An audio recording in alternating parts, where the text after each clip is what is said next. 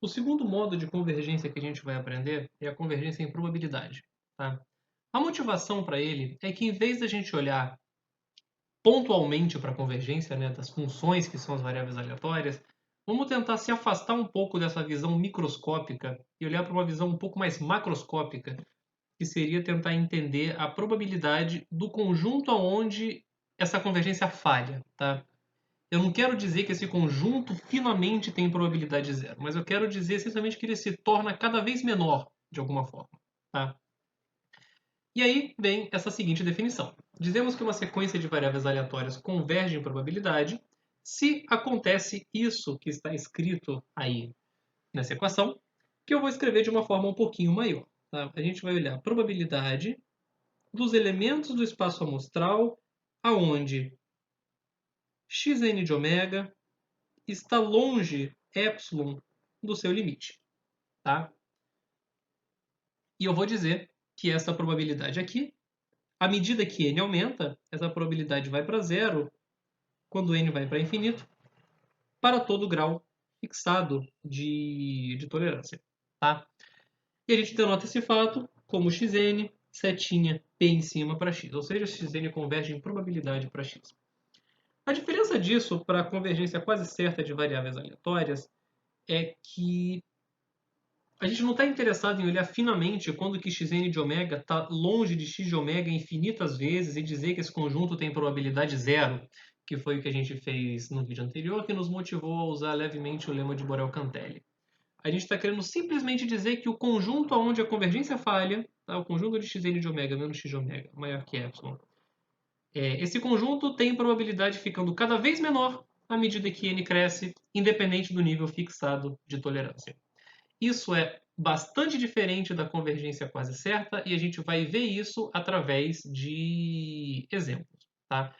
Então, a intuição é o que tem nessas últimas três linhas. Fixada uma tolerância a epsilon, a probabilidade dos eventos ômega tais que a convergência dá ruim torna-se cada vez menor à medida que n cresce. Ou seja, eventos que são não usuais com respeito à sua variável aleatória x, que é o limite, ocorrem cada vez menos frequentemente. Tá? Como aqui a gente não lida diretamente com o espaço amostral, né? A gente está lidando somente com probabilidades relativas ao espaço amostral, para aferir a convergência quase certa, vai ser bastante útil a gente utilizar a desigualdade de Chebyshev, por exemplo, que a gente acabou de lidar no nosso curso. Então vamos ver três exemplos aí. Tá? Bom, primeiro deles, a gente tem a lei fraca dos grandes números, tá? Que diz pra gente que se você tem variáveis aleatórias independentes, identicamente distribuídas, com média e variâncias finitas, então a média amostral, xn barra, converge em probabilidade para a média verdadeira. Tá?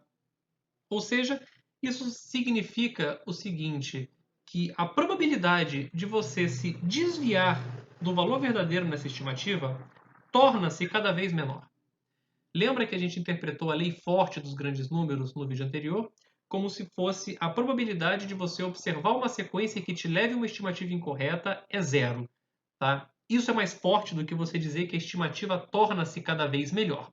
Tá? Reflitam sobre isso. É filosoficamente emocionante. Bom, vamos utilizar a desigualdade de Chebyshev então. Eu quero ver quem que é a probabilidade de xn barra menos o valor esperado de xn barra ser maior ou igual do que epsilon. A gente sabe que a média amostral é um estimador não enviesado, ou seja, o valor esperado de xn barra é igual a μ. Então isso daqui é exatamente igual à probabilidade do módulo de xn barra menos μ ser maior ou igual que epsilon.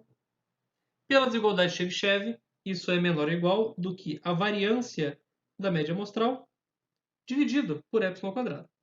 A variância da média amostral vai ser 1 sobre n ao quadrado vezes n, a variância de alguma delas, tá? Porque eu estou assumindo que elas são independentes, identicamente distribuídas e têm variância finita. E isso aqui vai dar para mim, quando eu simplificar o n com n, vai dar a variância de alguma delas dividida por n epsilon ao quadrado. O que acontece à medida que eu faço n ir para infinito? Esse valor se aproxima de zero. Tá? Ou seja, a probabilidade de eu me desviar epsilon do meu valor verdadeiro converge para zero à medida que o número de amostras aumenta. Tá? Bastante simples verificar isso daí. Tá?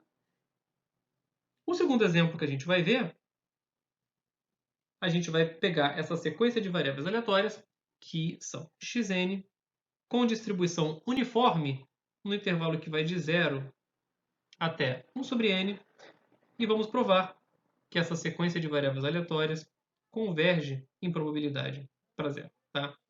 O que faz sentido, né? O meu domínio da minha variável aleatória aqui torna-se cada vez menorzinho. À medida que ele aumenta, ela vai ficando mais e mais e mais fechadinha. Ou seja, faz sentido que cada vez mais probabilidades com respeito a xn se aproximem de probabilidades com respeito à variável aleatória que só assume valor zero. Tá? Então, vamos fazer essa conta aqui.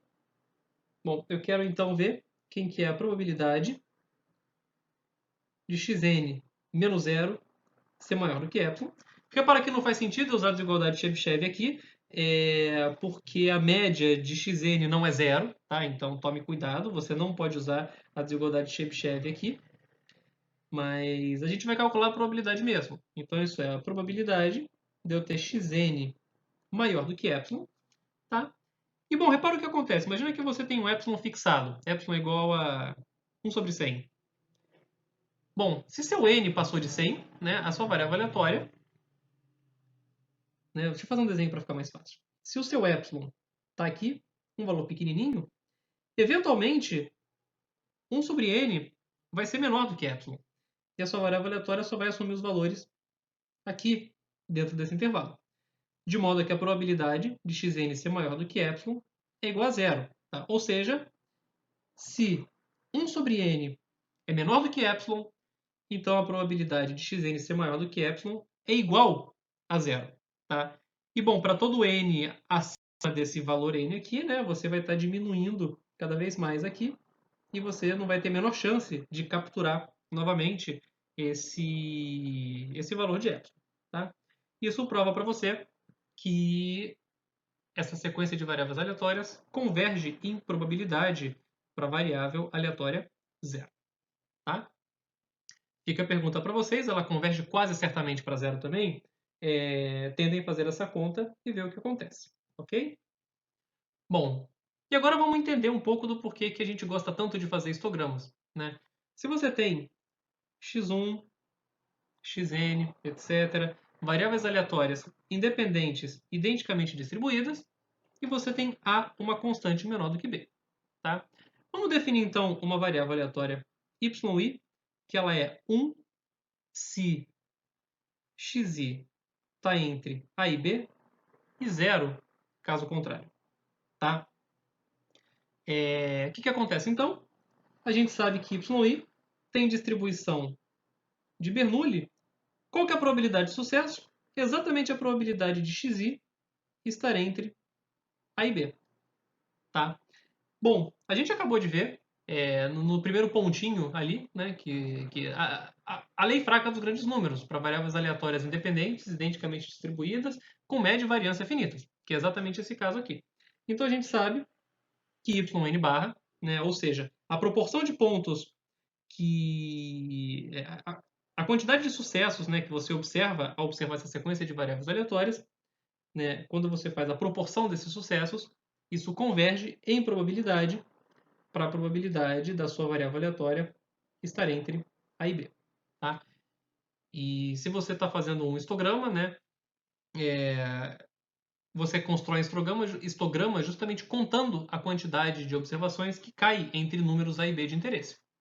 E você agora tem certeza que à medida que você tem um número bastante grande de amostras, tá, a proporção de termos que você encontra dentro dessa caixinha de A e de B se aproxima cada vez mais da probabilidade da sua variável aleatória estar entre A e B. Tá? É por isso que os histogramas dão uma boa aproximação para a densidade ou para a função de probabilidade das nossas variáveis aleatórias.